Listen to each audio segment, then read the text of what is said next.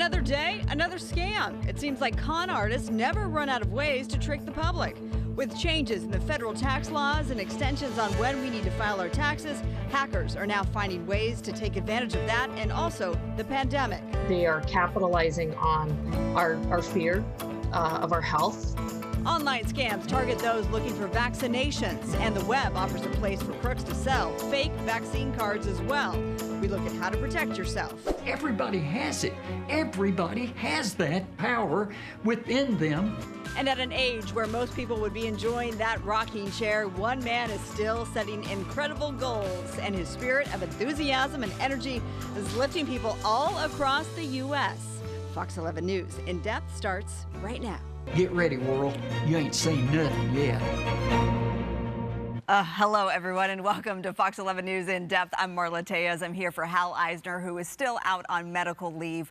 We will have an update on Hal's condition coming up. But first, Americans got a break this tax season as federal tax deadlines were pushed back to May 17th. But as always, there are scammers waiting in the wings, hoping to take advantage of the vulnerable. In this case, computer hackers are taking advantage of people's confusion over new tax laws. So here to talk to us about that scam and more is Mickey Boland. She's the head of engineering for Checkpoint.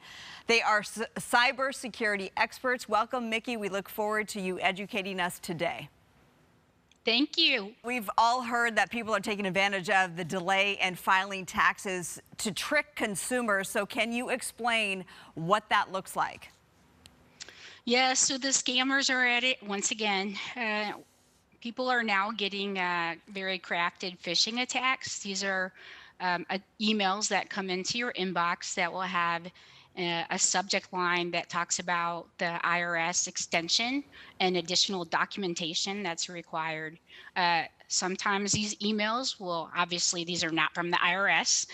Sometimes these emails will have phishing links or a link that it wants you to click on. And sometimes there will be an attachment that they're encouraging you to download. All right, well, let's give the viewers an example of one of these phishing emails, if we can bring this up. So this is one here. I'm going to read this. It says, "Hello, the Employee Retention Credit. This letter is a reminder from Internal Revenue Services. Renewed policies for all spheres of business due the COVID-19 for 18/59/2021. Okay, so you see that there. It looks official, but then once you actually read it, it does not sound official, and I think that's one of the red flags, correct, Mickey? That is absolutely correct. There are two things that the scammers always do. The subject line will be very provocative, so that what they want you to do is take action, click, right? That's the idea, is click as fast as you can. So the subject line will be very provocative, and then secondly, they're going to try to provide you something that they feel like you don't know, so that you race to do something or make a mistake and click and download. And if you do fall victim and you do click, what happens? What's your advice? Yeah, that's a great question. So what we want you to do is, if you don't have any type of endpoint security or security on your device, what we want you to do is close your browser. If you can, shut down your device. But you don't necessarily know what's going on in the background if you click the link or downloaded it. An attachment. The best practice is, you know that these are not trusted sources. You won't be able to tell from the email. Just delete the email. Don't ever open it. Don't click it. Don't reply to it, and don't click anything and download anything attached to it. Okay, so shut down your device, then you reboot, and then reboot. What? Just hope? Yeah, if you can. If you don't have a security scanner on your machine, then there are a couple places you can go for. Of course, Checkpoint will be happy to help you. From a consumer perspective, there are free places you can go for. Like, one is called Stay Safe Online, and it's an organization that provides all kinds of tips and tricks, scanners, so you can scan your device. If you need help, reach out to your device. The people that, if it's a device that's with a cellular network or mobile, you can reach out for help. If you feel like you're compromised, change your passwords. Look at your accounts and just really do a security audit of your personal devices. Let's and talk a your little bit accounts. more about those red flags. So if we can bring up that phishing email as an example. And if you note in there, first of all, you can always look for spelling errors, correct? And then also Internal Revenue Services is what it's listed, which is Yes. also incorrect. So a major red flag. Exactly. Typically there will be grammatical issues, spelling issues, just really weird if you study. The thing is that they'll have hyperlinks that are named they'll be embedded. It won't show like the actual URL or the website that you would go to. The IRS will never email you something like this. And so if you are afraid, delete and then just go directly to the IRS website, irs.gov, and see if there's any changes. So this is true of any type of email or site that you would get that's suspicious. But yeah, a dead giveaway seems to be, you think it would be the scammers would want their spelling to be good and make it look more legitimate to get more people, but you won't believe how many people click on these things. Do you know who these scammers are, and are they ever caught? These scammers, there's so many scammers, we can't keep up with them. So we have a research team that's always trying to stay a step ahead of the scammers. The FBI and all of the, three-letter agencies are also trying to keep ahead of the scammers. They will bring organized crime and cyber criminals down. They will research these. If you feel like you have had a major scam, there's some classic ones right now for this IRS extension. There's also for shopping, online shopping. Hey, you have this horrible charge, click here. Or if you didn't do it, what you can do is go to the FTC. So F, Foxtrot, T, Tango, C, Charlie, FTC.gov, and you can report the security incident. Right, so the Federal Trade Commission wants to know if you've been scammed so that they can pick up a pattern and then they can go look for those scammers. Absolutely correct. Absolutely. All right, Mickey, we want to talk more with you, so stick with us. We're going to take a short break, Mickey. Yeah, so coming up next on the Fox 11 News In Depth, we have more with Mickey Boland with Check Point and how hackers and scammers are taking advantage of the pandemic to take advantage of you.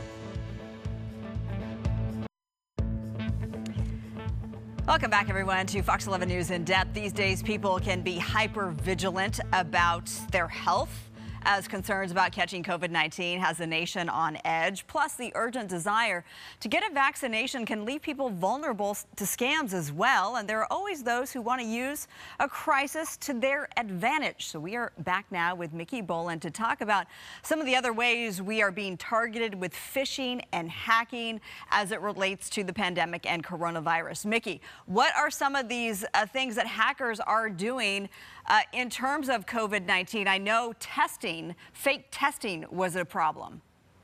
Yes, absolutely. So a couple things, three things. We'll start with the fake testing. As people are requiring admission to events or to their offices with a negative COVID test, we're seeing on the dark web, our researchers have seen a huge spike on dark web, we'll say service providers, the marketplace, where they're offering negative COVID tests. These are fake, obviously, but they cost about $25 a piece. The seller asks you to put in some personal information, which we would never do. Right. On the dark web and give our information to someone. And then basically you can print out, if they email it to you or send you something that looks like a negative COVID test. All right, and then they have your personal information. It's that simple. They do. At the least, you may get like a really illegitimate looking fake COVID test. There's no, quality. There's no really quality control here. But at the worst, that the people can take your money in cryptocurrency and also take all of your personal information that you input, which is going to be really information you protect: your name, address, birthday, those kind of things. What about fake appointment for vaccinations? Fake vaccination appointments, are those being offered? I haven't personally seen that. I don't know, but I would say that it would be very easily done to craft a blast to people's mobile devices that say, "Hey, you can now get an appointment to get your your COVID vaccine. Just click this link, and we'll add you to the scheduler." And I can see that happening. I can check in that for into that for you. Well, fake vaccination ID cards, that's absolutely a thing. Oh, absolutely. Right. So we are seeing a huge spike for fake. So as again, as agencies look to utilizing admission with proof that you've had your vaccination, your COVID vaccination, now there are fake vaccines. So these are fake vaccine certificates that will show, again, with your personal information. These are about $200 or less, that basically show that you've had a vaccine. So these are also, again, you're paying money, you're giving personal information, and then there's definitely a legal issue because they're using the CDC logo and actually representing themselves as the CDC as an agency, which I do believe is illegal. Right. This is a felony, right? If these people are caught. This is big. This is a big deal. And because the dark web is like really difficult to trace, there's a lot of privacy and I can't say the word, anonymity. Basically, it's hard to trace who's selling, but they have already shut down some of the sellers for the fake passports. Right, faking a federal document, it is a federal crime. That is a felony. What other scams do you want our viewers to be aware of as it relates to the pandemic? Oh, so I don't know who would do this, but there are actually people still buying. There's a dark net marketplace for actually selling the vaccination. So they recently, we've seen, I think, like 1,200 new advertisements on the dark web for the actual COVID vaccine. So they just added like Sputnik and Sinopharm. So these are there, and the Johnson & Johnson's now added, which I have to say, these have to be, they have to be protected. These have to be cold. They have to be handled properly, and then who would get vaccines that are available? You can't, bottom line, folks, you cannot get the COVID vaccine online. That is an obvious no. But that's the thing, is that people who are vulnerable during this time fall for this. Yeah, yes, they do. It's all out of need and desperation that people will do this, and also just a lot of fear. And given the fact that we have been in this pandemic for more than a year now, have scams increased simply because more people are vulnerable? I think that, I couldn't say scientifically, but I'd say that we've seen a huge spike. And if you consider that now we have workforces that are working remotely, they're much more road warrior or mobile workforces, but they're primarily working remotely.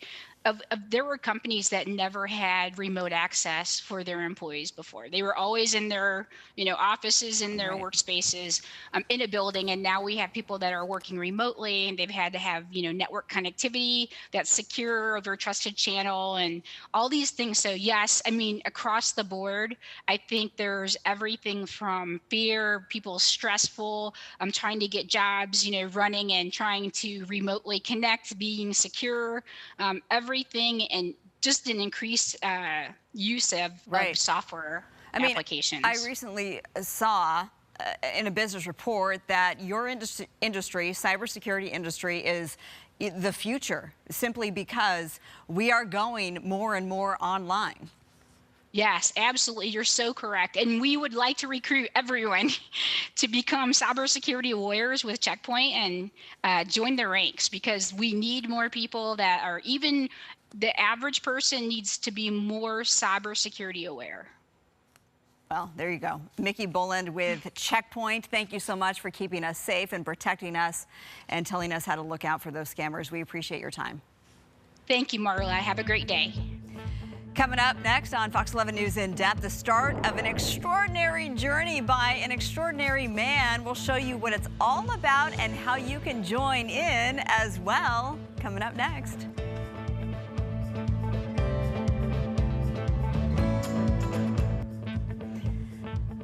Welcome back. Stan Cottrell is an ultra long distance runner. For those of you who think marathons are intense, prepare to be very intimidated. Stan is the Guinness Book of Records holder for running from New York to San Francisco in 48 days. He has run more than 250,000 total miles through 40 countries, and he shows zero sign of slowing down. And oh, by the way, just as a casual aside, he is about to turn 78 years old. So we welcome Stan to Fox 11 News In Depth. Oh my goodness, you are my hero, Stan. As we say down here in Georgia in the South, everybody says, bless your heart. And so just bless your heart for saying all these sweet things. Oh my goodness, I love you. So your birthday, your 78th birthday is May the 7th, and you are going to celebrate by doing what?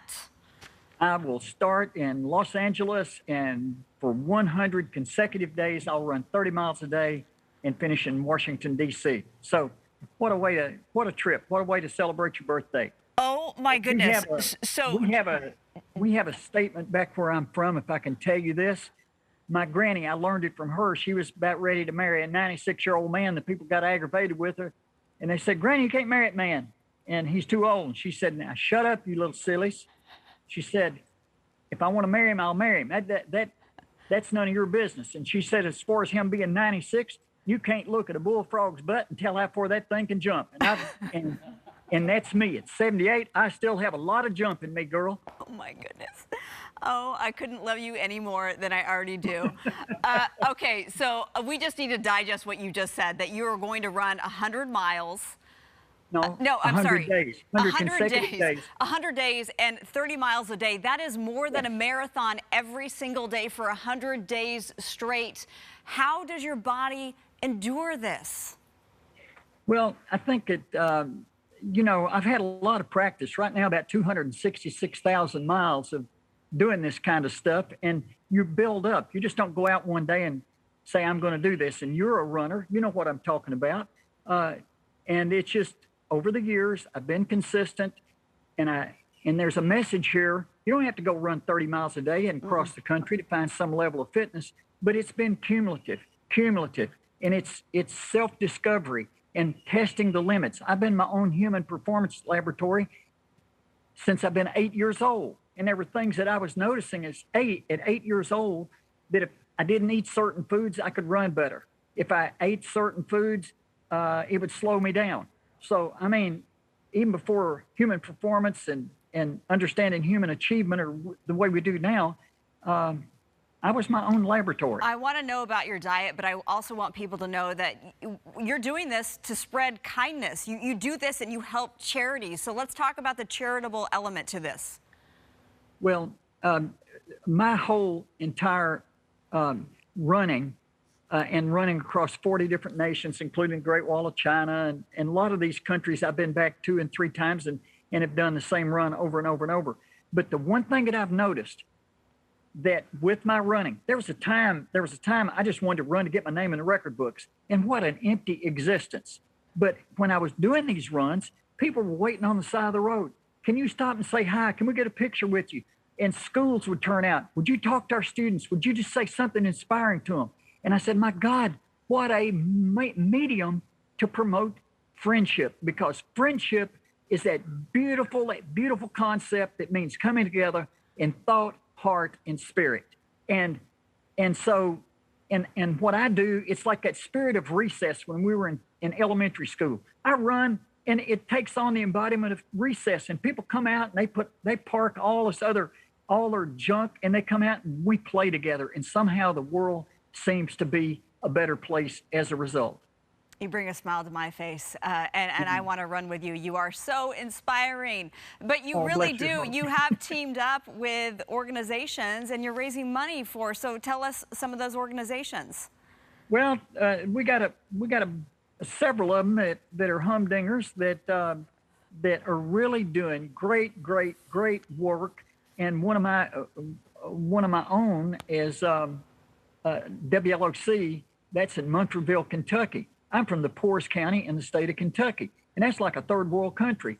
40% of our little old children, my mother called them all little, you poor little children, and 40% of them didn't even have a coat for winter, Oh. and some of them didn't even have shoes. And on your list here, you got Friendship Sports Association, that's a nonprofit, and the Veterans Foundation for the veterans, and the Children Hope for Families, and Sclerosis Foundation. And there's a lot of good ones that I mean, there's the big charities, and they get lots of money, but let's lend a helping hand to some really neat folks that's doing yeoman's work.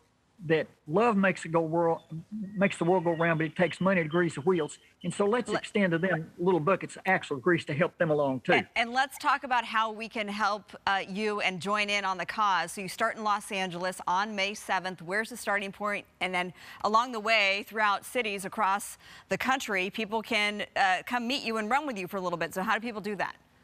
Well, they can. We have a website, friendshipsportsassociation.org. And it just says it all right there. And, the links and where I'm going to be. And every day is carefully planned out. The easiest part of this initiative is going out and running 30 miles a day. I'm telling you, we got a whole heap of wonderful folks that's the ability and organization and logistics and project management. They've made this a humdinger of an event where we all win together. And when someone says, oh, no, I'm too old to do that, you say what? I say, we don't grow old because you live a number of years. You grow old when you stop dreaming. You grow old when you allow these stupid walls of cynicism and pessimism grow around your heart. It's when you no longer look ahead. The years may wrinkle our brow like that. It may wrinkle our brow, but when you desert your dreams, when you desert your passions, that wrinkles the soul. And then, honey child, you're truly, truly old. Oh, my goodness. Real quick, I need to know, were you the inspiration behind Forrest Gump? They say that. Yeah. He keeps running and running. I just started running, and I just took off running, and I kept going till I got there to that ocean. And then I decided, well, why stop here? Just turn around and run right back again. All right, Stan, you have a great journey. We'll be right back with more Fox 11 News in depth right after the break. Stay with us.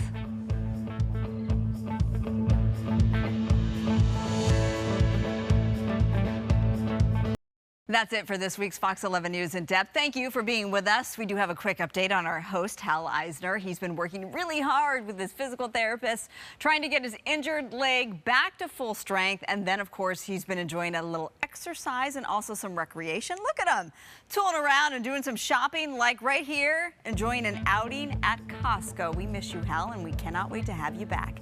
That's it for us. We'll see you next week.